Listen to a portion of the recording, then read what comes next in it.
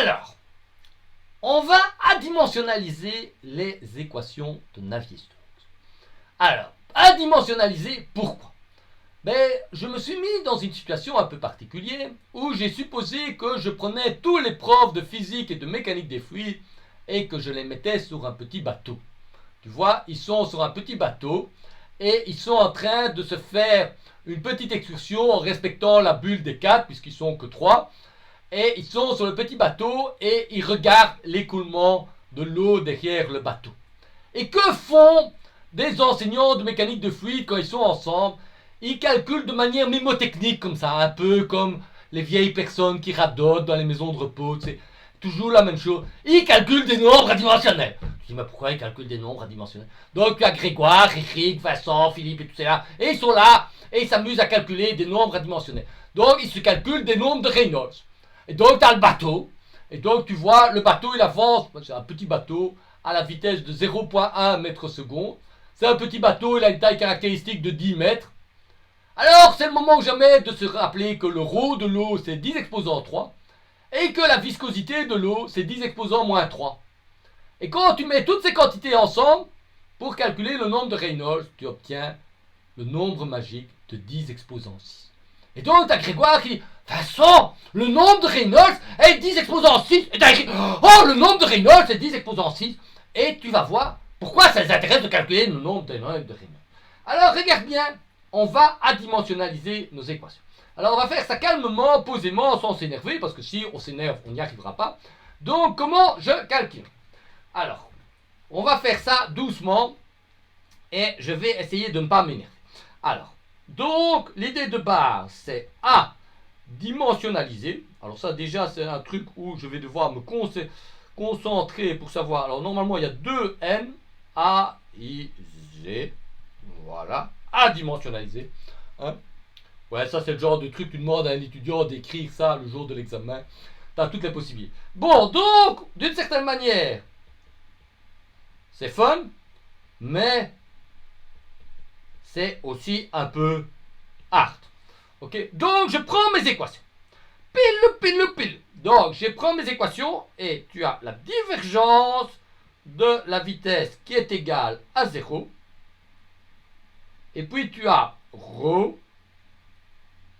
V notre grade de V est égal à moins le gradient de la pression plus mu le Laplacien de la vitesse. Ok, donc je suis dans un écoulement incompressible stationnaire.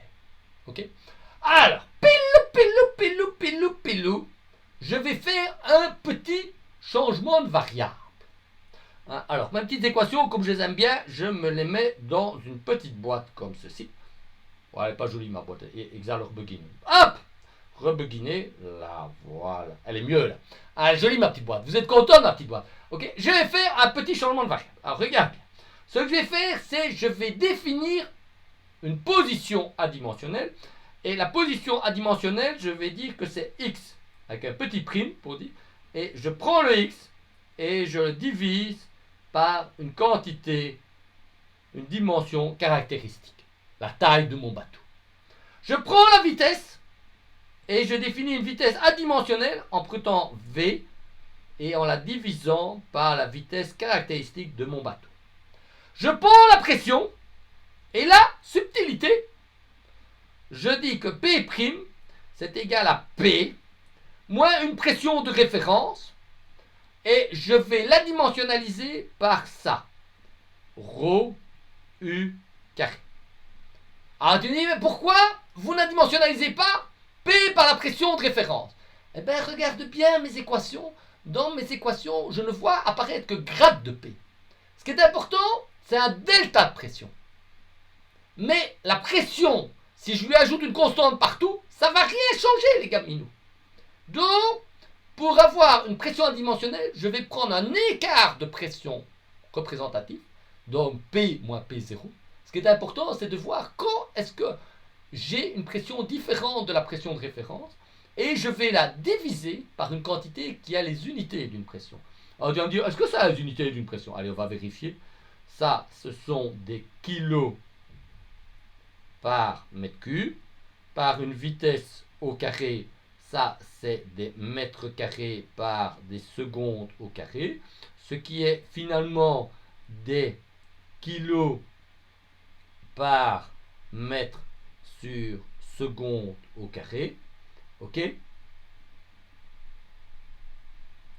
Hein? Les mètres sur les mètres cubes? Non. Pilou, j'étais un peu vite là. On va faire ça. Fois, hein, là, tu as des mètres. Et tu vois, je devrais avoir des fois des 1 sur mètre carré. Ça, c'est des newtons. Et des newtons par des mètres carrés. Ça, c'est des pascals. Et donc, rho U carré, ça a bien les unités d'une pression. Donc, P', c'est un truc adimensionnel. Alors maintenant, ce que je vais faire, c'est je vais prendre mes équations du dessus et je vais les écrire en équation prime. Attention, quand j'écris un nabla, hein, un nabla prime, ouais, je vais l'écrire ici, nabla prime, c'est fondamentalement L fois nabla. Puisque nabla, c'est la dérivée par rapport à x. Nabla prime, c'est la dérivée par rapport à x prime.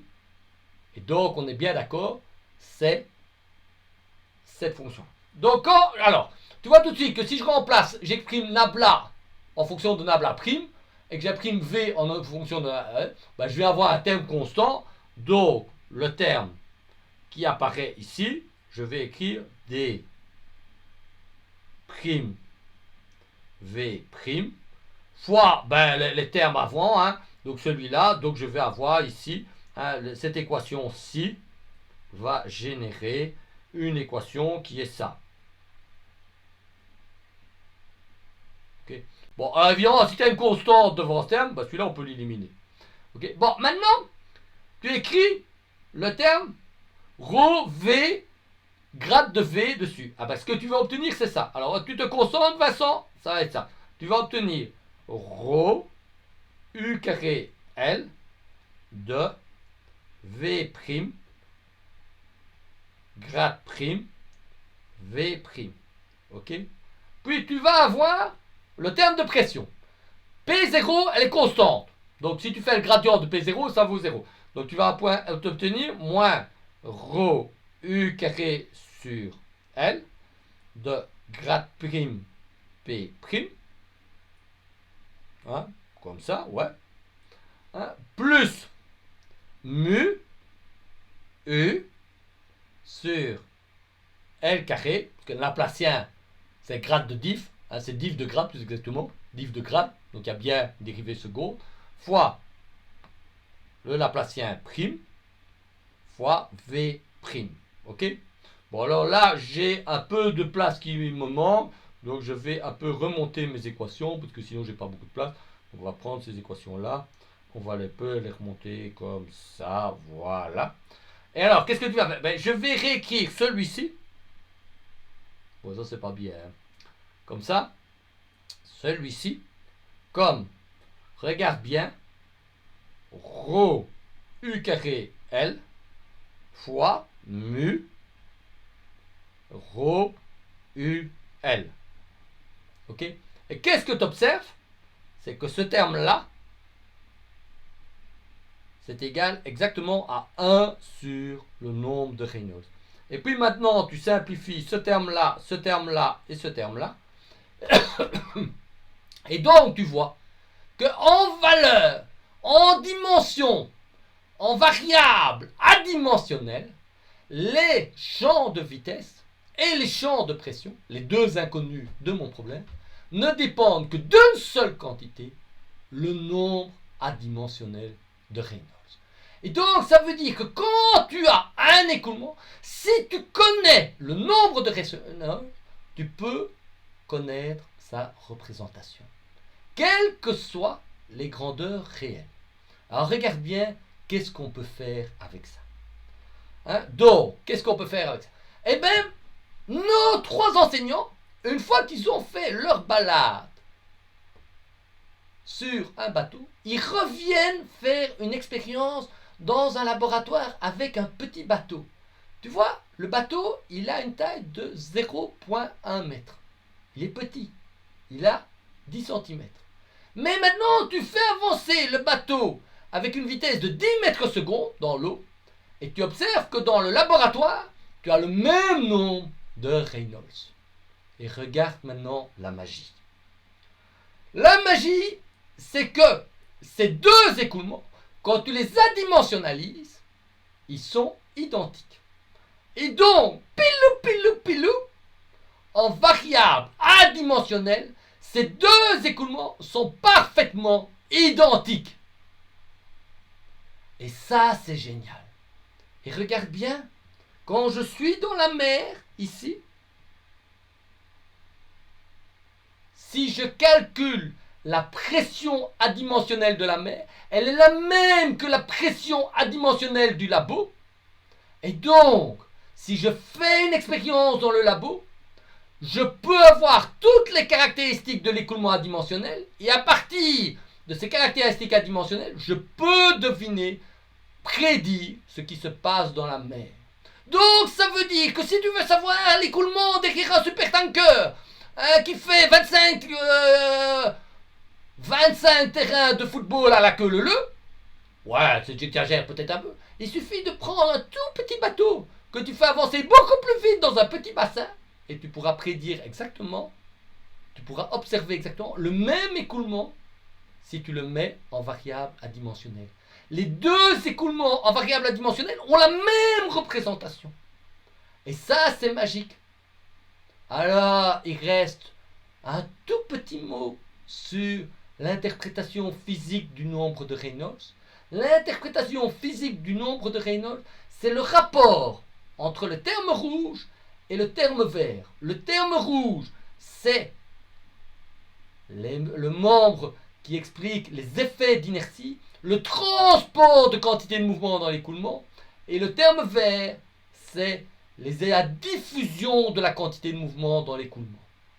Et le nombre de Reynolds, c'est simplement le rapport des ordres de grandeur de ces deux termes. C'est ça qu'est le nombre de Reynolds. Et alors, on peut remarquer une chose, c'est quand le nombre de Reynolds il est tout petit ou qu'il augmente, on peut écrire une petite chose, c'est que si le nombre de Reynolds il est très petit, le terme d'inertie va devenir négligeable et on peut donc le retirer et on obtient un modèle sans le terme d'inertie qui est le terme non linéaire qui est un écoulement incompressible rampant. Si le terme visqueux est négligeable, on va obtenir ce qu'on appelle des écoulements incompressibles irrotationnels où j'ai négligé le terme visqueux. C'est ce qu'on appelle les équations d'Euler. Attention, hein. Tu vois les équations que j'ai écrites là? Il n'y a pas de terme temporel. Or, tu vas voir que quand le nombre de Reynolds est très élevé, ce qu'on te dit, c'est que l'écoulement devient instationnaire, qu'il est instable, et donc supposer qu'à très haut nombre de Reynolds, le terme temporel n'existe pas, c'est pas tout à fait juste. Mais tu vas voir qu'il y a quand même parfois des cas où nous allons utiliser ces équations. Voilà, ça c'était le dernier petit podcast sur la dimensionnalisation, le nombre de Reynolds, plein de trucs rigolos. Bon, je devrais encore vous raconter plein de choses dessus, c'est un peu rapide,